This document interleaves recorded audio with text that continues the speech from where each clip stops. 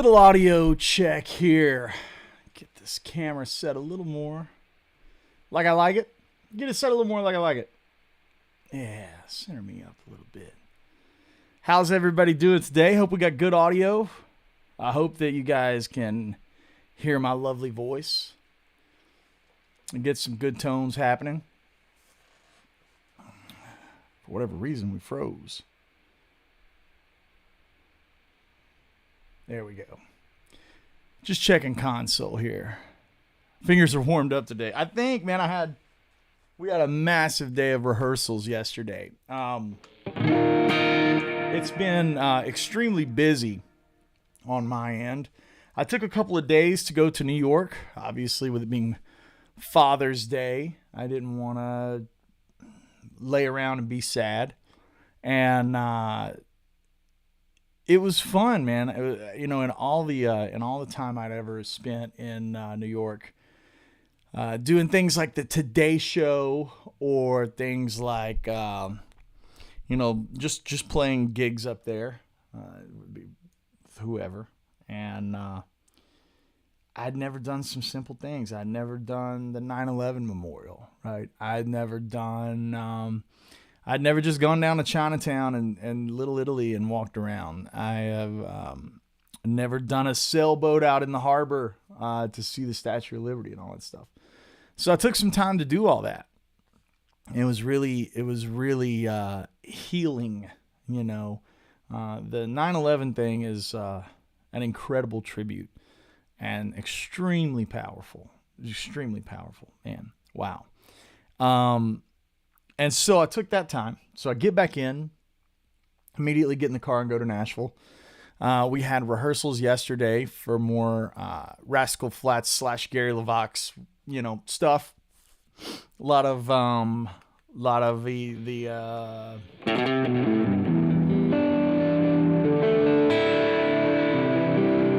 right, that kind of vibe.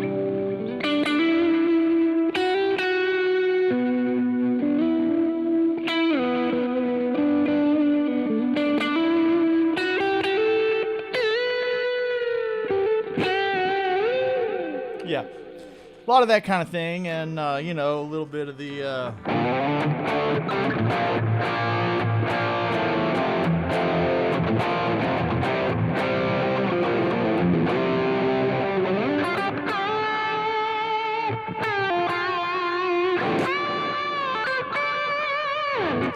a lot of those.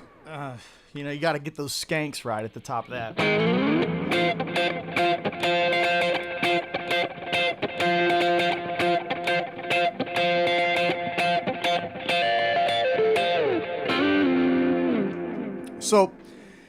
So obviously the day yesterday was very, very long. I got a lot of really cool footage for my Patreon members. Good to see you guys in the house today.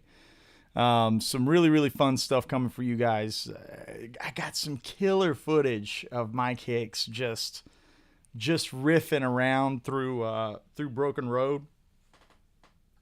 And I'm going to give you that one. I did a whole episode on it on my Woodshed, but thanks to the Vidami folks, we're back on a Tuesday, and we're going to be able to talk about Broken Road and one of the tricky little things about it, and then we're going to get into songwriting, okay? But these guys right here make this product. Boom, look at it. Glorious. I'm trying to get them to make a neon green version for me to match my neon green guitar, but this right here is the tool of choice for grabbing a piece of YouTube video or TrueFire or any of that kind of good stuff, looping on this side, make a loop, control the speed of said loop, stop it, flip it, pop it, pull it, reverse it, all that kind of good stuff. Forwards, backwards, upside down. This one is the Bluetooth version. There is no cable, so you can live. You're not tethered down by the worries of the world. You are free. This thing right here is awesome. So use this and check this out. One of the things about Broken Road that's interesting, now I don't play it on guitar most of the time. Usually it's kind of a piano piece where Gary just kind of does it, right? So there's one of the things that's interesting is the bottom notes, the bass notes, they're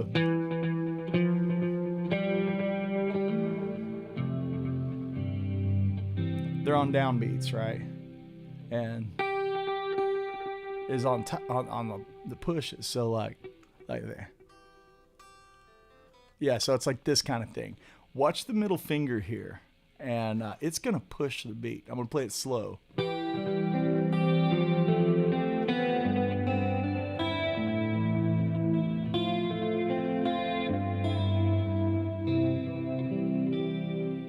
So the deceptive thing is it's not all push. It's not like that. The bottom has to stay straight.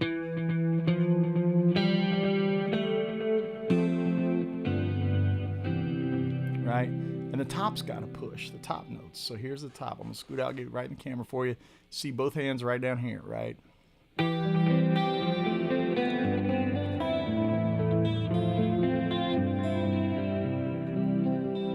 One more time.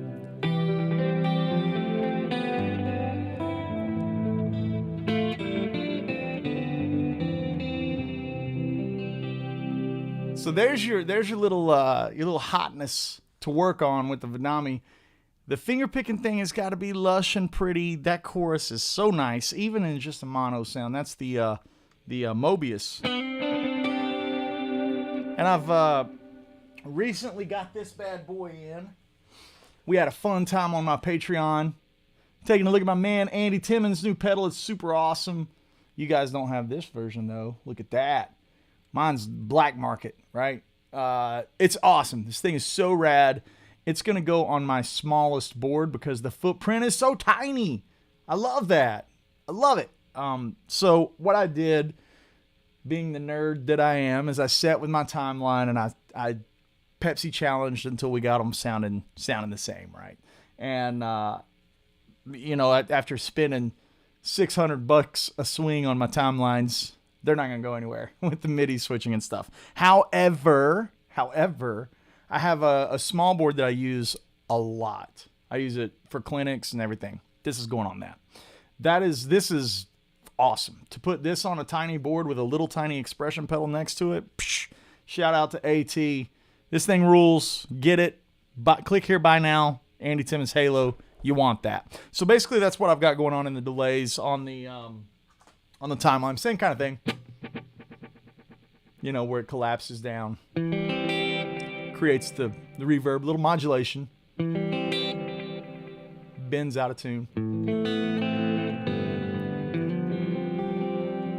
Really pretty, especially when you're going to, maybe get into songwriting like we're going to do right now, right? So like, you guys know that one?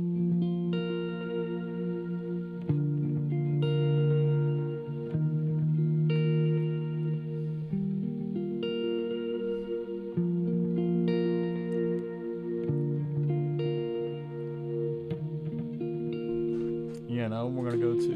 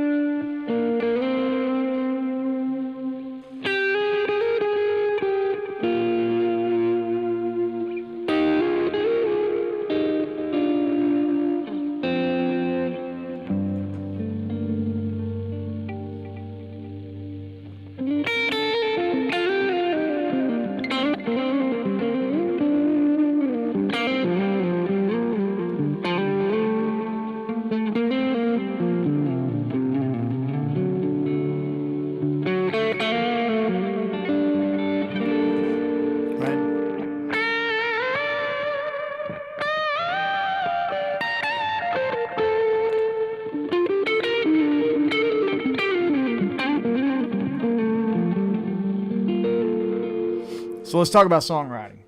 That one right there is one that I wrote a while back, The Hardest Goodbye. And it, like most songs, come from just a place of just couch noodling. just sitting around with actually the cheapest little guitar that I own. It's a PRS SE acoustic. I think street value is probably $500, $600. Not an expensive guitar. But it sits upstairs in my living room, and I'm always just playing on it. You know, it's got grimy strings on it. I keep the truss rod cover off of it. Always like poking around, you know, it sits in the sunshine, so it's moving and stuff. And I like to have it just to play on, just to remember that it's all about just sitting around and not thinking that the ideals of perfection and the perfect riff and the perfect song fall upon us when we've spent all the money to have glorious gear and magnificent amplifiers and custom guitars. No, man, that ain't where it comes from. Sorry to burst the bubble. Let the cat out of the bag. This stuff is nice, and it is definitely inspiring. I think, you know, the most inspiring pieces of gear, the Woodshed compressor and the guitar and the gearbox and the things that I've developed, they're super inspiring. I use them all the time. Literally, that's my main source of my sound. But at the end of the day, the melody of a song has got to be able to hold its own merit on any guitar, any setup. It's got to be strong. You got to be strong before you put the sauce and the polish to it. And so right now, I'm actually in the process of recording my new record. And you know, Junktown did not have a cover on it, but I'm going to do a cover on this record. I'm doing a cover of Rooster because the melody is so strong, right? The reason I wanted to do this is I love the Hendrix thing, and this song's super dark, and the melody's strong enough to stand on its own merit. So let's just take a listen to a couple of the main melodies, right?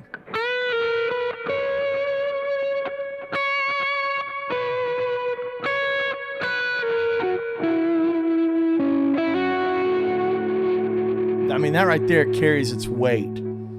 Let's take a listen to this.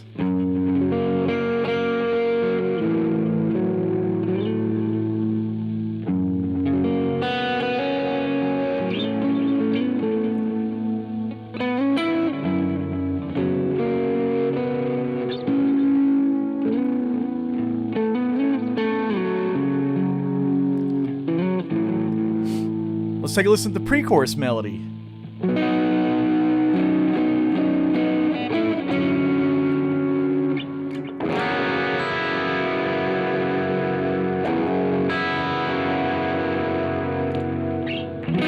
And yes, Black Pumpkin, I do use a octave fuzz pedal a lot. And I'm actually using it on this song for this sound.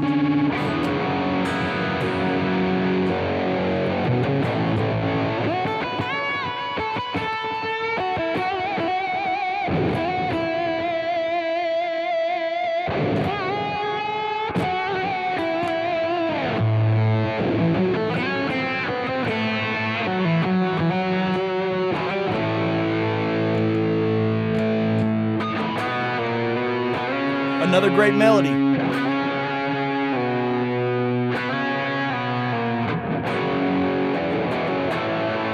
Right? So it's all about melody and strong melody. Strong, I mean, it's like, how memorable can I make it?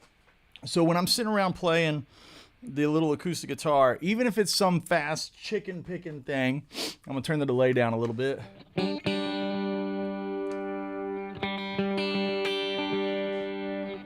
Like for, see here.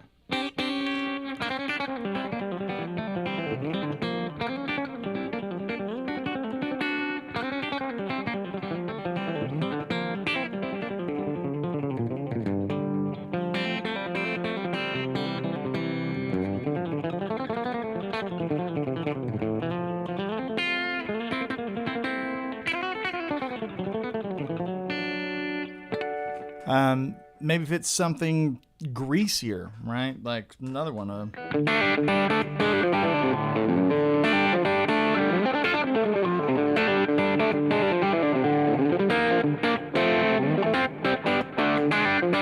Like that's still super memorable, right? And of course, you know, there's the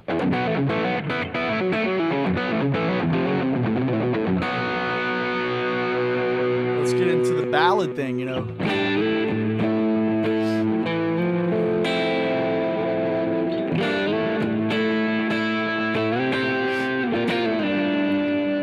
Even with shred stuff, right? I still have, you know, try to anchor it in strong melody.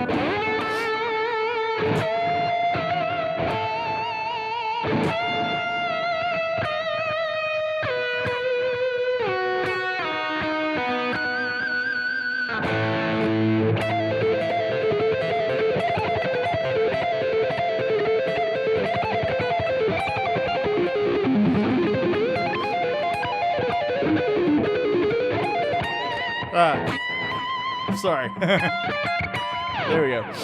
So the point of the where my rambles are taking me, and the rambles through some of my riffs is taking me, is what makes my song stand out to me. What is it that's something that's like, I want to keep this going. I want to keep chasing this little kernel of idea. And where does that idea even start?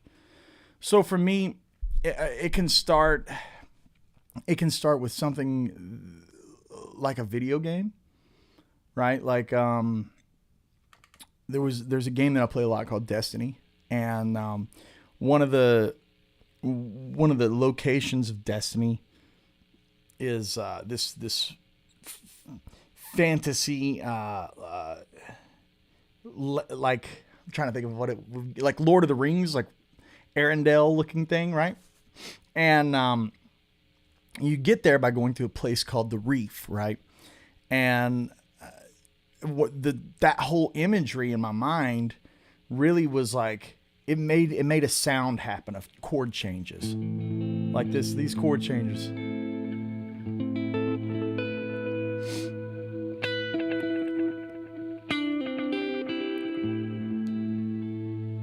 Like I was like, ooh, yeah, that sounds like that looks. That sounds like the Reef looks.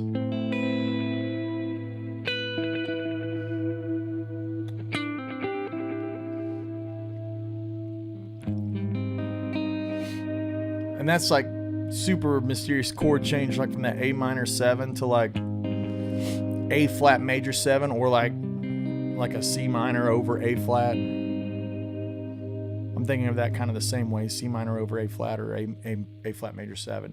So again, A minor 7 to this. So it starts like, Troy, this is where I'm at. How do you start writing a riff, a melody, drum beats? It just starts with like an inspiration. Your starting point is not mechanical. Asterisk. Rewind that. That's the best thing I've said today. Your starting point is not a mechanic. It's not a mechanic thing. Doesn't come from, I'm going to load up GGD or Superior Drummer and go for it, or I'm going to set my amps for like heavy tones because I want to write heavy.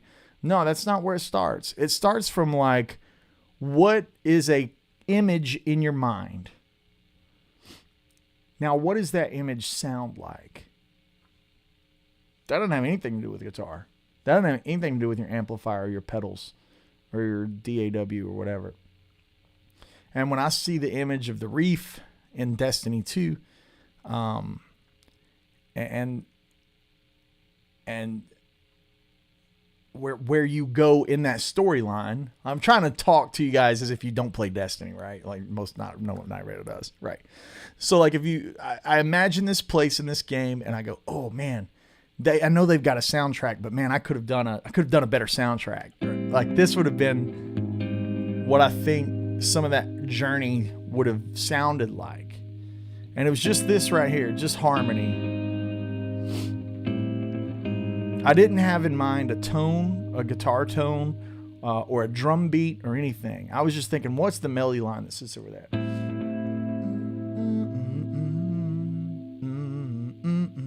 Right, that's all I had in my mind.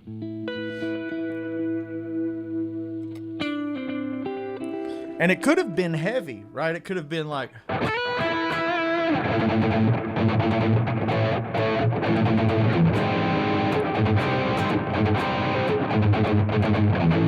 It could have been super heavy, but it wasn't. It was just meant to be just the melody.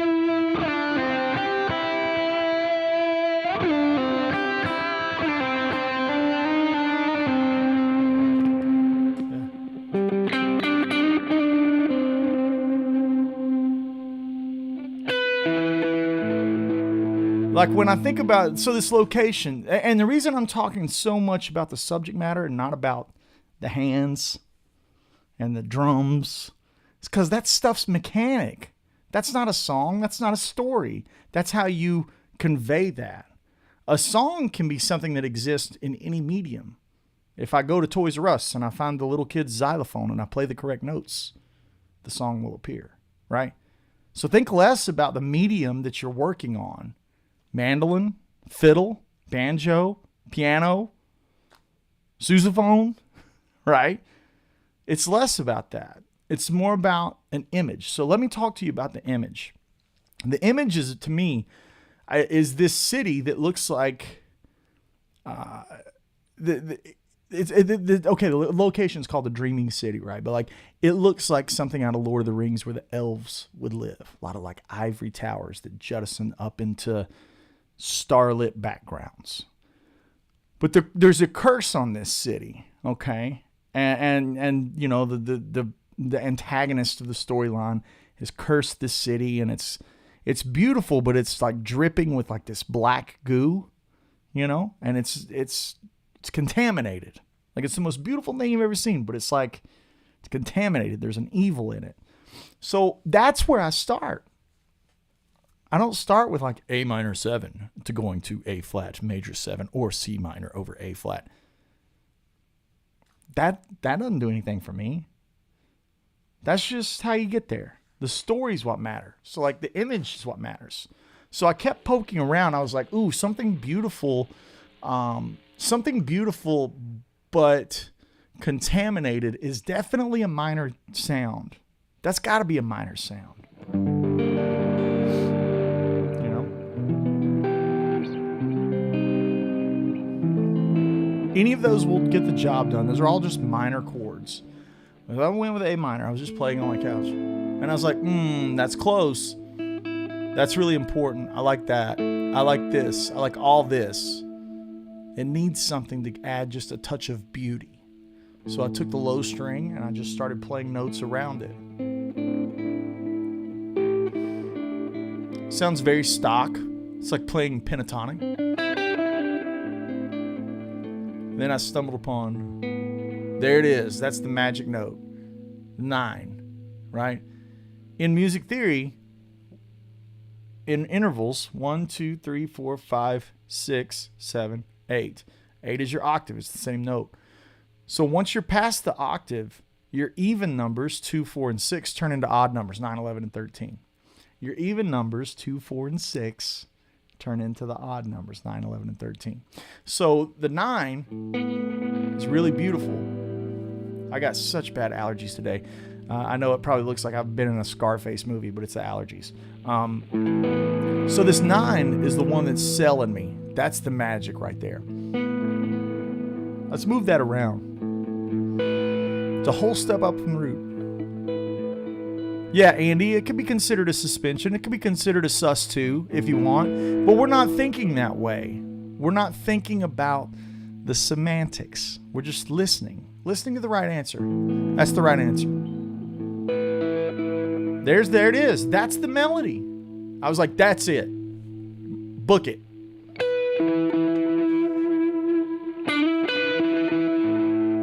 Where else can it go? But I didn't want to go, that's very stock. I didn't want to get back to that root. There's a mystery in this dreaming city. And that's the whole, we're trying to convey a sound of mystery. When I don't have lyrics, this is all I've got to go on. So mystery means not going back to the root. Not the right answer. No.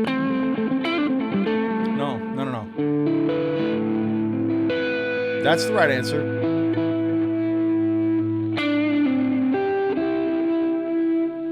The question has not been answered. The story's not been resolved. We've lasted here. We're right here on this 5.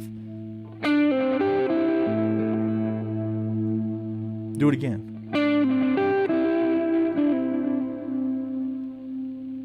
That's how I wrote it.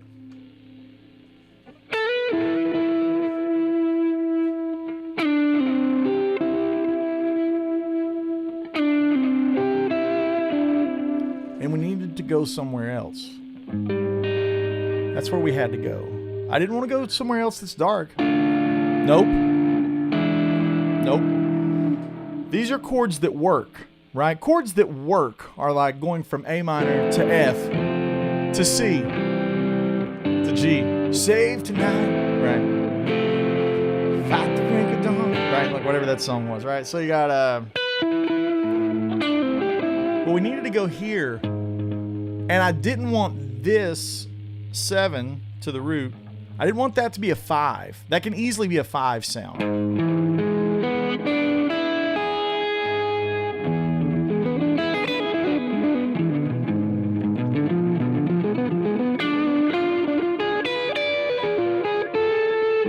It doesn't need to be a 5. We're not ready to tell the end of the story yet. Our city is corrupted. How do we get out of it? I don't know. So we're not trying to write the conclusion. We're just trying to make the question happen. So what's my melody there?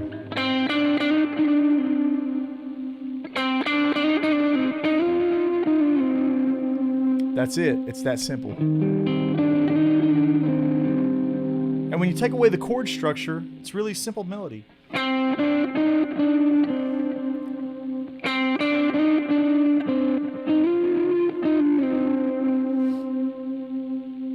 Put the chord to it. Now it gets colorful.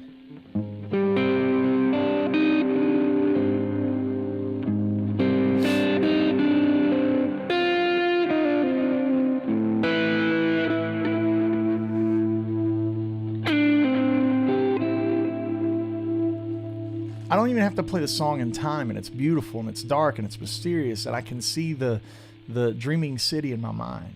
I can take the tone in a different direction. Let's take the tone in a different direction.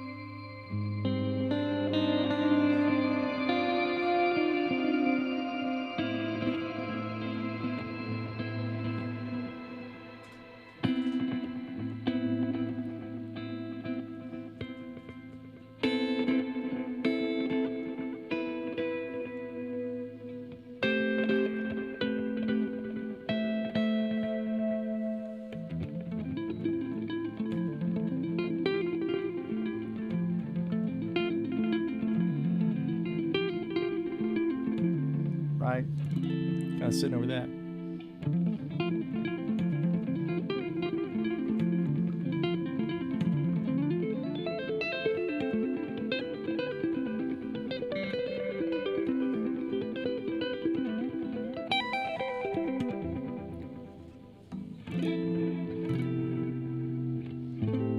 There you go. That's how Beyond the Reef started. So we started talking about Hardest Goodbye.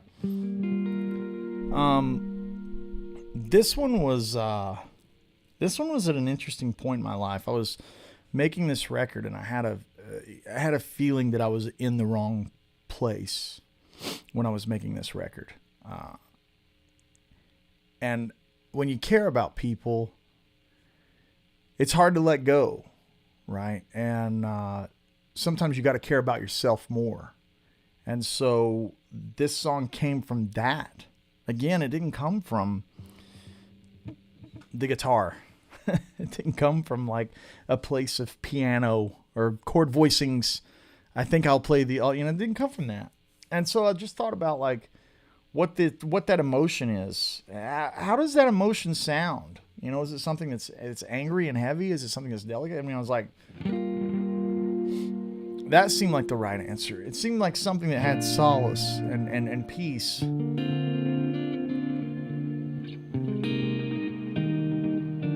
It was that kind of thing. There's something powerful and peaceful when you move a whole step of your root back to the flat 7, and then you follow it with the 4.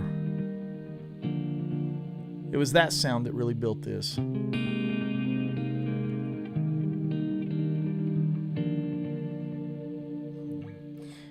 So instead of thinking B flat for my first chord, I thought of G minor. Because it's sad. Like the kind of emotion that I'm talking about is a sad thing, and sad equals minor to me.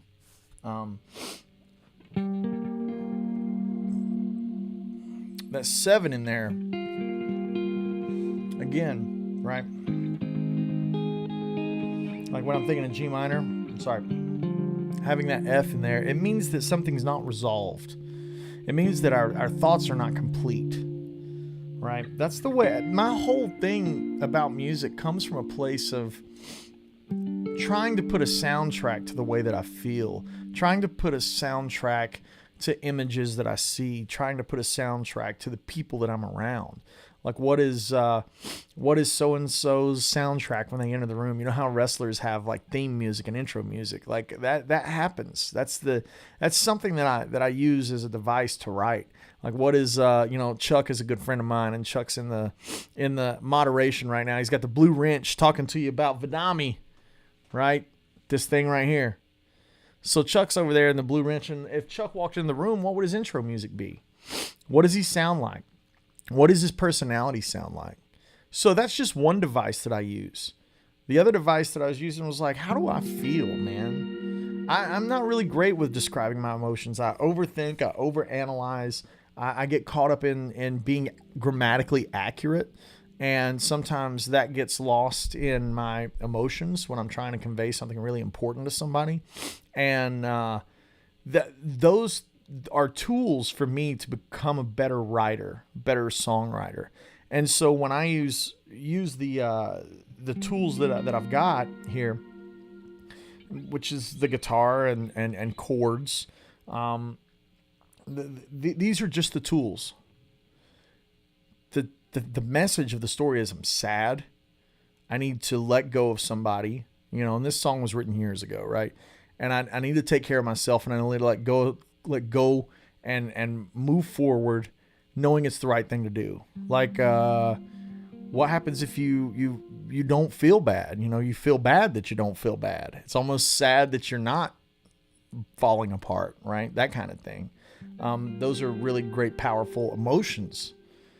So once that emotion's rolling, I can put the soundtrack to it by using simple chords. You don't have to have freak level chops to do this. You can do it with simple chords, right?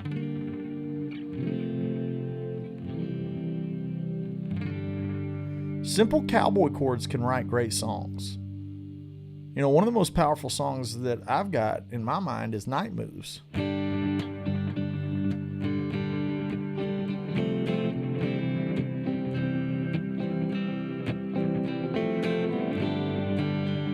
It tells me everything. That song tells me everything.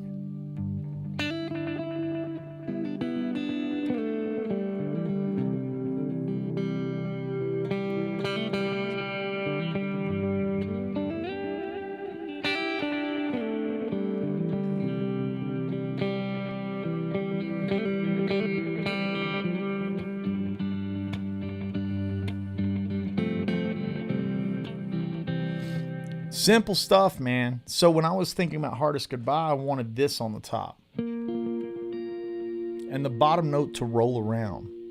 I essentially wanted to be my own bass player.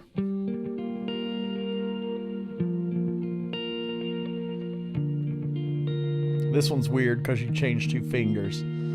These 2 fingers change. This is a thing that I talk about a lot in Patreon. Is don't think about the finger that's playing the note. Think about the note that's underneath it. So sometimes you have to change fingers to play the same note. See? Because I want to play that. My bass line's going. And that'd just be like. But I wanted to keep these notes up top. That's the hopefulness. That's the bright part of letting go. And the dark part of letting go was down here.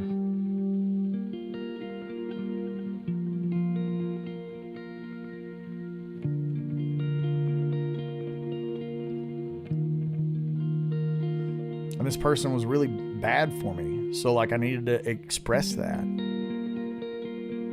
I didn't know how.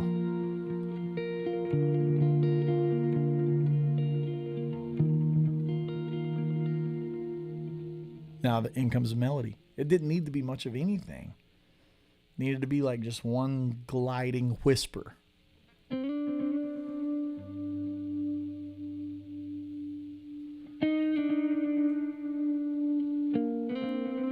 Let's hear it in song. Be sure while I'm pulling this up to go to Vidami website. Make sure you use the code when you buy your Vidami. Use your code. It's over to the right. It's learn more. It's if you go scroll up in the chat, it'll say there's a code there, a 10% code to use at the checkout, and that's the Woodshed Live. There you go. Use that. Use that code. Save yourself some money. Get the Vidami. You can slow things down that come by really fast.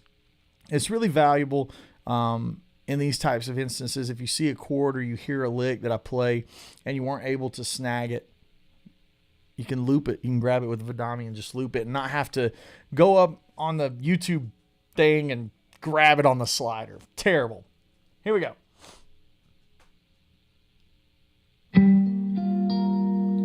Recorded that with a clean Strat straight into my deluxe.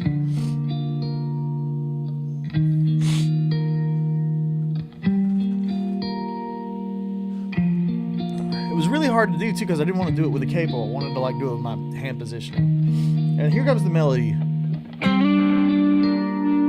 You see what I mean?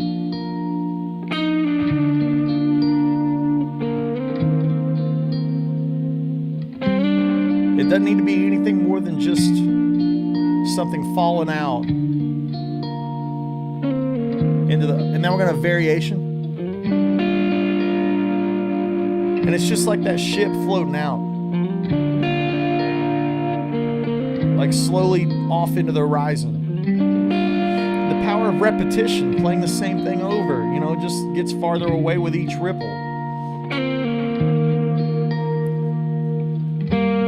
Now you can barely see it in the distance.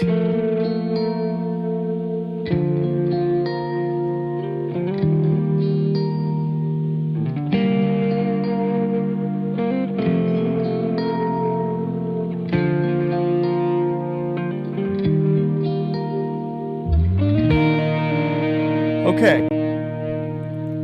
When we get to this section in the song, this section is all about that lift. It's using the device in my mind of being like, this is the right decision. I'm going to be better for it.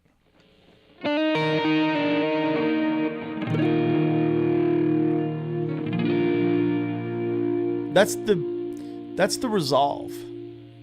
That's the being at peace with your own decision. These are simple devices. These are simple chords. It's in B flat. I'm in G minor at the beginning. It's walking down,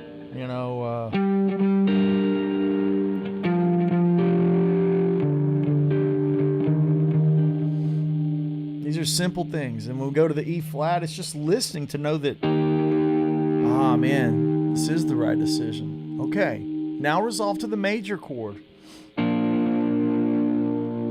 I'm at peace with this.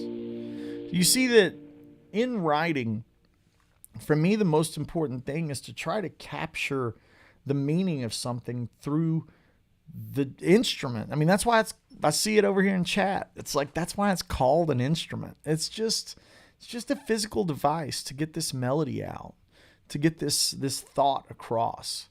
And so the whole song, The Hardest Goodbye, is like a crescendo. And then it's just like, once it gets to its biggest points, and we've got the, what is the, that, all of that stuff.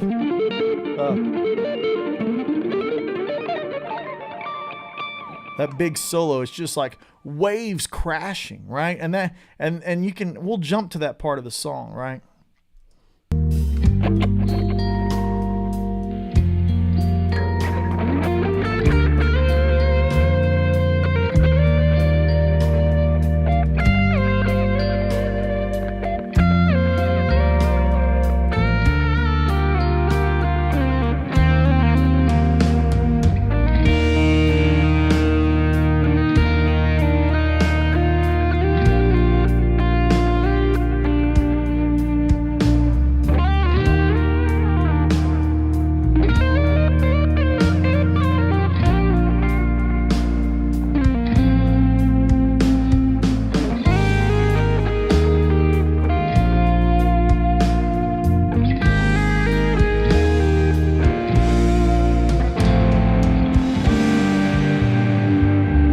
feels like the waves falling in.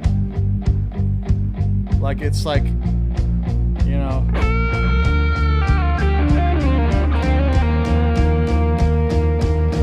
turning on the gearbox for more emphasis on the storm that's rising up.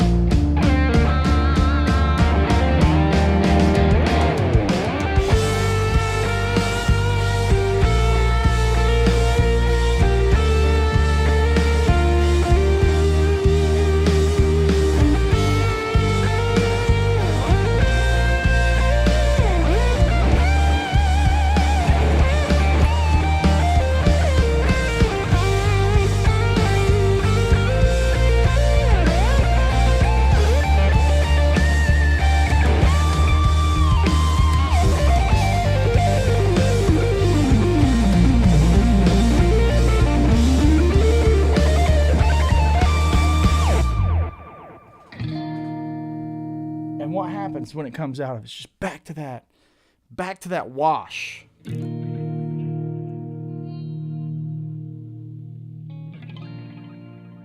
There's just nothing to that. It's a 4 to a 1. Right? And there's that like, I've made the right decision. This is the right call.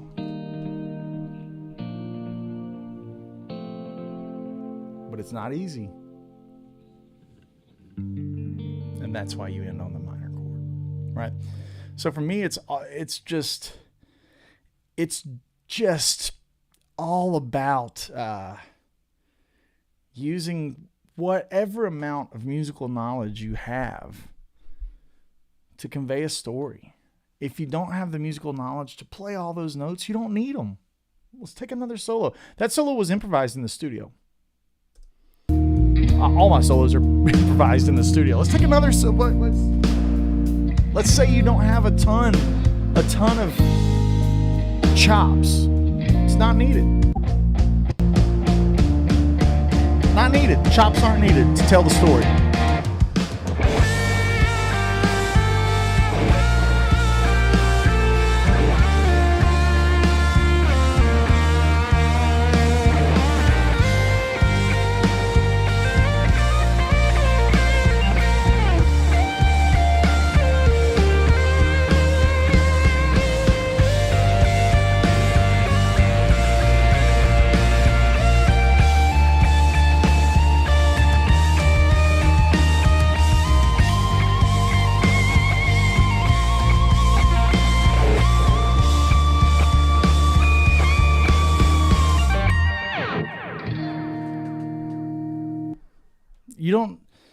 You don't need, I shouldn't probably play half the notes that I play.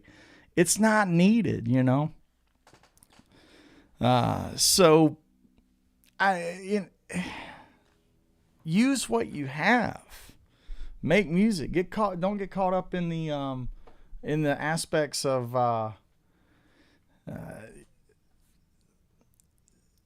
what kind of gear you need to buy. Don't get caught up in the aspects of how much fretboard knowledge do you have. Well, the only way that I can write songs is if I know more chords. No, that's not true. None of that's true. That's all a myth. I hate to be the guy that like pulls the dirty covers off of the music industry, especially that you don't need more than what you have. Can you do it better if you know more? Yes. Can you use something like Vidami and buy the gearbox and the bellas and the Sur guitars and have a better sound fundamentally? Will that inspire you? Yes. All of these things that you can add to your toolkit will inspire you, and they will allow you more colors to paint with. But let's say you got a microcube and a $200 Squire. If you're writing from the right point of view, doesn't matter. That'll get the job done. My writing comes from a $600 PRS acoustic. I don't even think it costs $600. I think it's like a $500 guitar. And then I take it to this place, right? So the follow-up and maybe a nice place to cap is like, what do you do with it once you got it bottled? Then you take it to a DAW. Like the thing that I've been playing around my house for months has been this thing.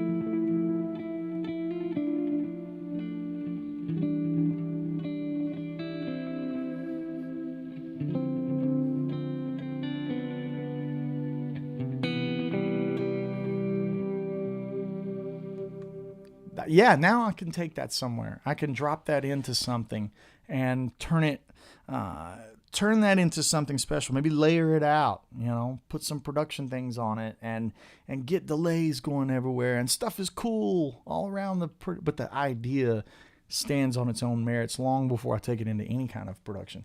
My favorite thing to do with demos is underproduce the demo and have the worst sounding, out of tune, terribly programmed drums ever.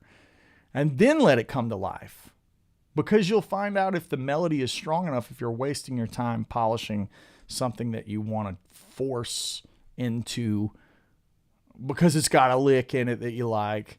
Like, it's so important to me that a listener, you guys, if you put on one of my records and you put on, maybe you go to Spotify and you listen to my tunes or whatever, it's so important in a song that's an instrumental guitar that you know where the guitar solo is. Like, that's so important. The whole song's not a guitar solo. The whole song is a story, and then there's a guitar solo in that story. That's so important to me. Like, you can look at my library and my body of work, and that's where it would be. That would be, let me say that again, that would be a common thread to the whole body of work. So with that said, let me hit the chat over here for a few minutes. Before we wrap up and take a look at what we got. Take a look at what we got going on over here. Okay, a couple of little housekeeping deals. These guys right here is the reason I could sit here and talk about songwriting for an hour with you guys. Go to Vidami's website. This is a powerful tool for learning. This is the thing that will just be the convenience. It's like having a microwave. Like, yes, you can make food over an open fire. But is it more convenient with a microwave? Yeah, do it, right? So like having an oven and electricity and running water in your house. You don't need it to live, but it sure is nice, right? So like when I'm learning on YouTube or whatever, I use that Vidami to grab a section and act as a controller for the YouTube window. It sets up in a breeze, dude. And because of them, we're able to have these themed conversations. Thank you for the topics every week and create this beautiful content for you guys. So make sure to go out and check that thing out and use the code and save money when you get one. It's awesome. So here we go. I'm going to look in here in the chat. Give me just a second. Andy, do you ever use Octave Fuzz Pedal? Yeah, that's where I left off in the chat, right? The Octave Fuzz that I was using was a G and I. Thank you, Johnny, for the kind words on the great tone. Yeah, Troy, I know that a lot of people have been wanting to know about songwriting, so that's where today's message came from. And octave or trim with a pan and a stereo rig sounds killer. It does. Okay, here we go. Talking about Rooster. Talking about Dreaming City. Yeah, somebody says here, Johnny says it's the heart of art. That's true, man. You gotta have a reason to do it other than to, pick up chicks.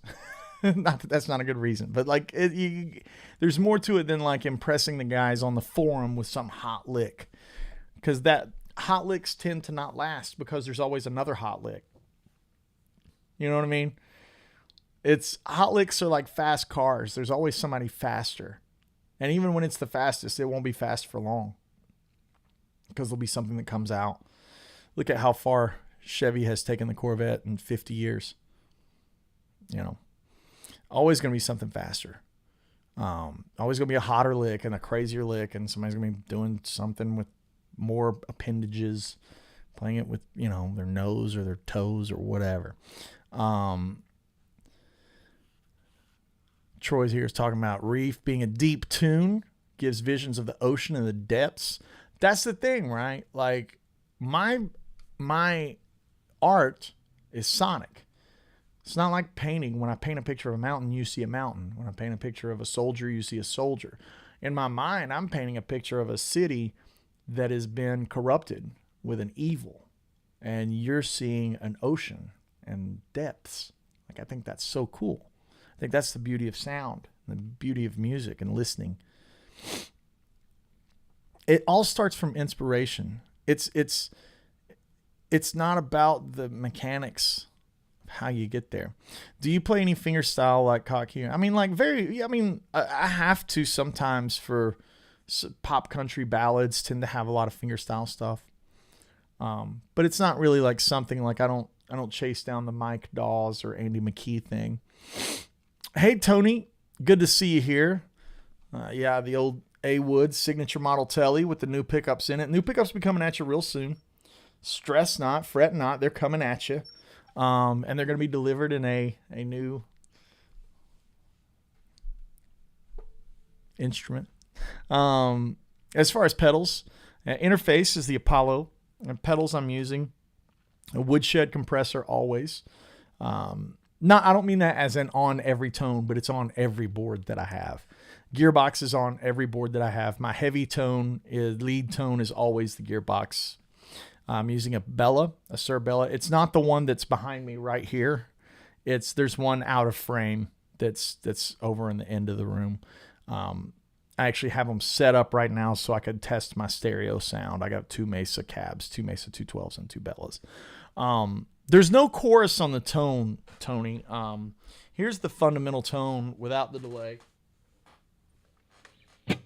That's just the Woodshed compressor on the Bella. I'm going to roll in the chorus, or not the chorus, the delay. That modulation is only on the delay. So it waters it out, which is really cool. Gives the tone some vibe.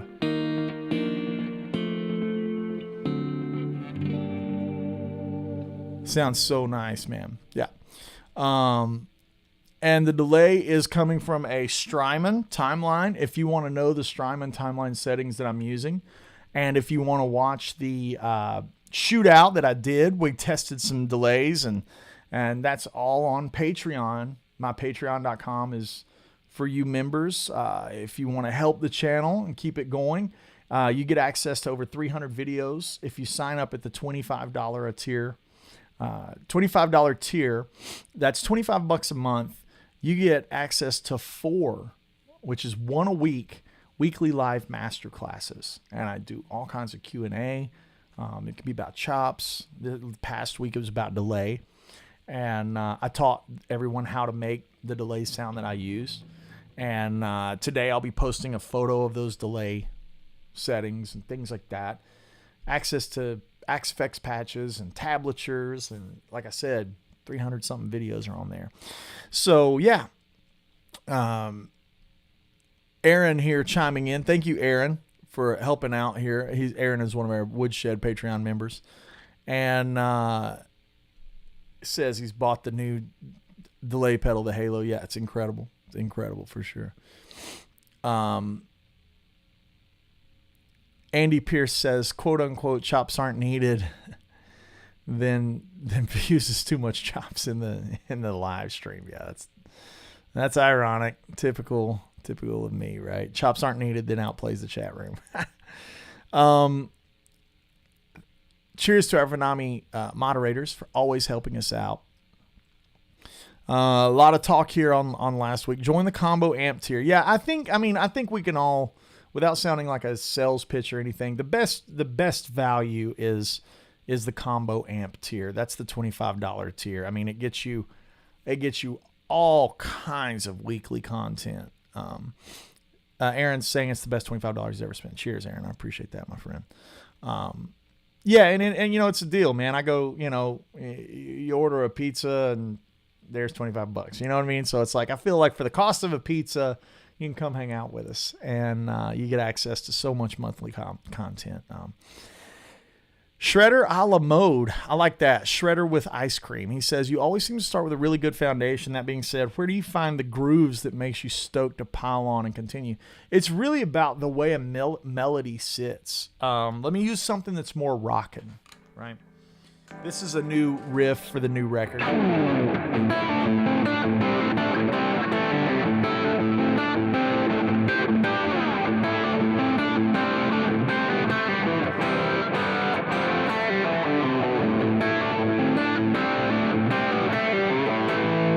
Got that Texas shades of EJ and Billy Gibbons and Andy Timmons and all that big Lone Star kind of vibe in it.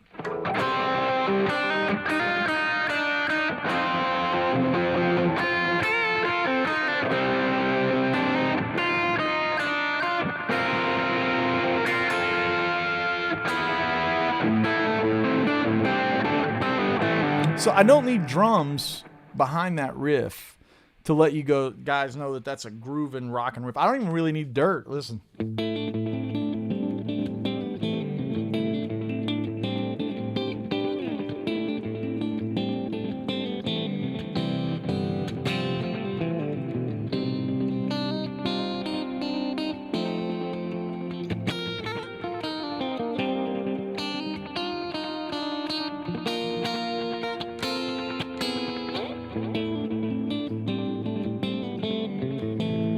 Right, we can hear it.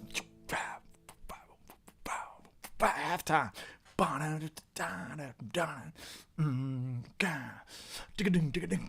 Like I can hear the drums in my head, right? So it's like, to me, everything falls in when I've got the riff right.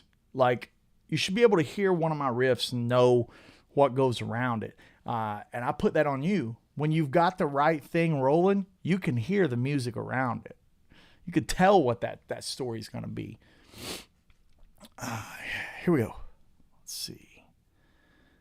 Checking out some more chat. That's it. Gear tone question. When playing live with the Bella, do you use any other speakers in your cabs in the Wheelhouse 150s? Yeah, I only use the Wheelhouse in the combos. They're nice and dark. Usually that V-type can get kind of spiky and toothy in the combos. So the Wheelhouse 150s are nice. And then when I'm doing the stereo thing, I'm using closed back cabinets. I'm using those Mesa Boogie 212 cabinets. I love those 212s. They're really, really great. Eddie is saying, did you take lessons when you started playing? No, Eddie, I did not. My grandfather played. I just sat on the porch with him and played music, and boy, I miss him. You know, it was a tough Father's Day, that's for sure. Andy, I'm new to compressors. Picked up the Woodshed comp because it seems so simple. Can you show your Woodshed comp settings? It'd be a hard time to get the cameras down, but I can tell you real quick if you write them down. The thresh is at noon. The speed is fast. The ratio is at like in between 9 and 10 o'clock, depending on the guitar. And the gain is at about 1 o'clock. So very simple settings there. That's for you, Keith. If you jump over to Instagram or any of those pages, I have my settings. You can always just message me on any social media. Be glad to help you out. Alban Dunford saying you avoid resolve to get that tension to stay there until that time to resolve arrives, right? It's all about keeping that story, that tension, right? Check out the pedal, Douglas. Thank you. That's he's gonna check out that Vidami, man. Tony is saying, was there a chorus on the reverb delay? If so, what was it from? It's just the Strymon. It's everything that you're hearing. Any modulation is just the Strymon delay. I'm gonna pull that down.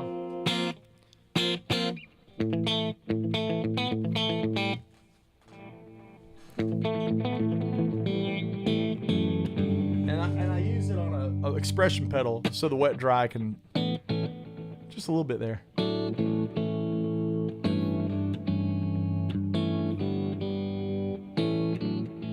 Yeah. Cool. All right, so I'm just checking out a couple things. Yeah, thank you, Chuck. Patreon.com/AndyWoodMusic. Thank you. Douglas says, because I saw what you and Troy Gray do, I'm now able to do that one note per string, alternate picking stuff. Cheers, man. I actually had a drink with Troy while I was in New York. Made a little time to catch up with him, and I caught up with Mr. Bonamassa for a couple of hours. So even though I was on a little vacation, I was able to see some friends and talk guitar and just, that kind of thing. Tony London says, we'll be seeing Andy Timmons Thursday. You tell Mr. Timmons that I said hi, and tell him that the Halo pedal is the coolest and it's going on my board. Yeah, Dave Miley says, thanks. Yeah, I got me a new Bella, and I'm not enjoying the V70 much. I don't like the V70. I think speakers are very much someone's flavor and taste bud. And John loves the V. He loves that sound. And it's his name on the amplifier, so who am I to argue? I think Mr. Scott Henderson uses a Celestion 65 in his. And in the combo, I'm using the Wheelhouse 150. So, you can tell that, the amp may be the right amp, and then speakers get tailored to someone's taste. So please don't feel like the V-type is a bad speaker. It's a great speaker. It's not got the EQ curve that I like. But yeah, I get where you're coming from. It's not for me either. Going to put it in a head. Yeah, here's the great thing about Bella. The head and the combo are the same amp. So I actually have an extra combo with a speaker and an extra head shell, and I switch it back and forth as it's needed. Like I took a combo to rehearsals with flats yesterday just because it's easy to throw in and rehearse and come back. And I'll be using a head with a 212 live. Thank you, Aaron, for the shout out. Jerry Douglas does rule. And Troy is saying, I'm working on the cross picking as well. It makes a huge difference. Indeed, it does. Okay, cheers. Cheers, Tony. Yeah, man. Indeed, man. Check out the Patreon. We do a lot of cool stuff over there. It's really, really fun. We'll be doing our live masterclass tomorrow night. We went a little over, but that's okay. I've had a good time talking about music and talking about songwriting, and I hope it's been beneficial for you guys to kind of take a look inside my process and what it looks like when I'm creating music, because for me, it does not come from a point of a lick and then I write stuff around it. I don't sit down and write out chord changes first. I just listen and I try to find a melody. And when that melody speaks to me, that's the one I'm like, yeah, chase that thing, man. Chase that melody. And when it starts sounding good, I just start like old man on a porch, and I'm just whittling away at it until I get that melody to where it says something nice. Even with like Reach.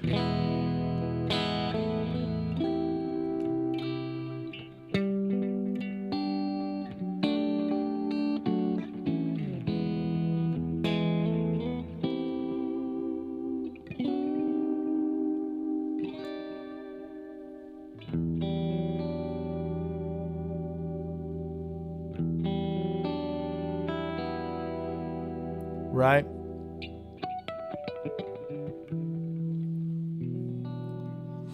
All right, one last little bit of housekeeping here before we say goodbye.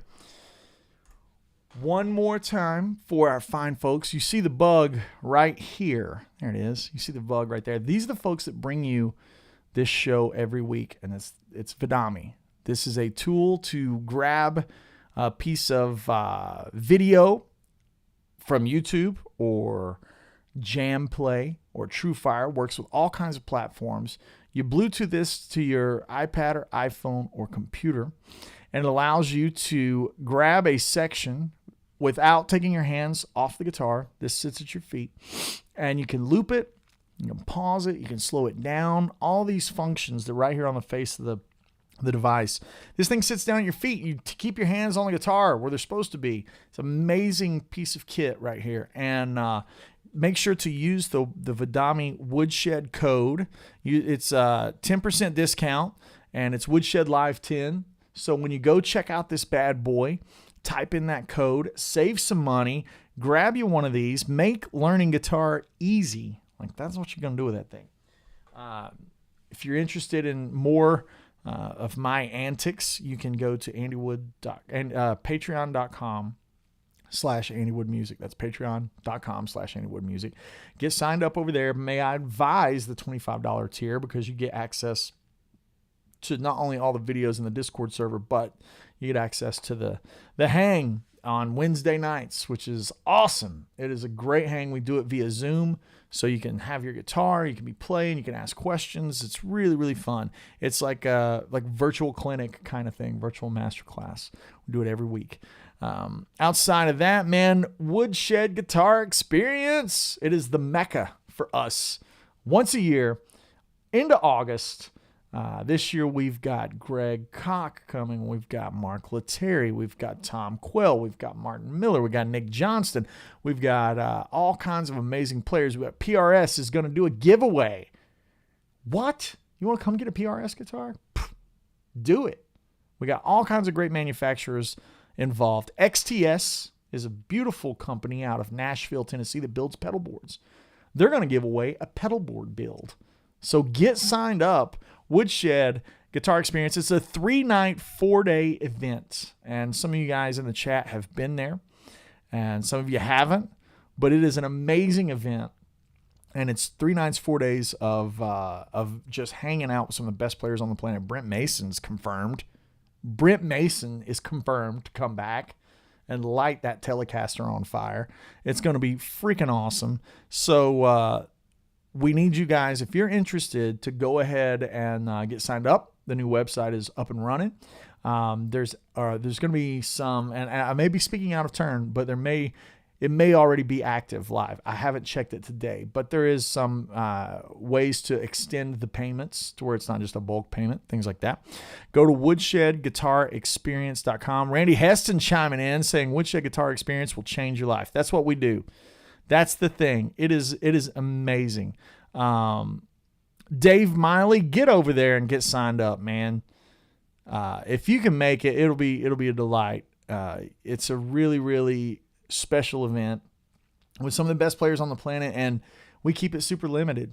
You know, it's not 1,000 people there. It's not 500 people there. It's 100 people. That's it. It's on a lake out in beautiful Tennessee, Middle Tennessee, close to Nashville. And we have all of the amenities that one would want. Your price includes all of your lodging. It includes all of your alcohol and food, all that kind of good stuff. And then, of course, all the hangs. And you're eligible for all the giveaways and all that kind of good stuff. Lessons, 3 concerts, 1 concert a night. It's amazing. It's really, really amazing. Okay, so Chuck is chiming in. The payments should be in place by the end of the week.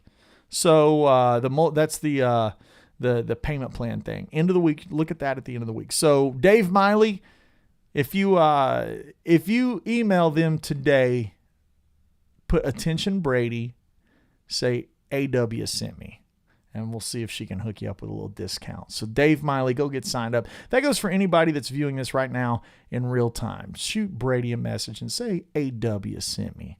That's woodshedguitarexperience.com. Johnny, that's right. It's right outside of Nashville. It's about an hour outside of Nashville. 4 days, 3 nights. Like I said, some of the best players on earth, man. Lettieri, Quell, Greg Koch, Martin Miller, Nick Johnston, Brent Mason. I'll be hosting it. Live band. No playing it's backing track thing. No. Best band you can imagine, man. We got Josh Schilling on the keyboards. Daniel Kimbrough's going to play some bass. Jim Riley on the drums. Greg Koch is bringing his trio, the Koch Marshall Trio. So it's not just Greg. It's the Koch Marshall Trio. Get in there and get set up. It's going to be a delight. Brady does rule. And with that said, guys, it's going to be a good time. I think that's all the housekeeping that we've got going on today. And with that said, I think we're going to call it. It's been a delightful stream. All of you Woodshed members, no problem, Dave. All you Woodshed members, we will see you tomorrow night in that typical 7 to 7:30 Eastern range for our master class. So if you're looking to join that master class, sign up at patreon.com/AndyWoodMusic. And outside of that, I hope you enjoyed the episode on songwriting, and maybe this is something we can keep rolling. If you have future topics that you want covered, make sure to go to Vidami and shoot them an email. There'll be a contact us on their page. So go to Vidami's website and shoot them your request for AW topics, A-Wood topics on the Tuesday Vidami hang. A delightful time. Again, thank you guys. I hope this was helpful in how to visualize the construction of a song. You know, it doesn't come from, I better have this vintage Strat going through this $40,000 whatever. No, man. It comes from like, what does this emotion sound like?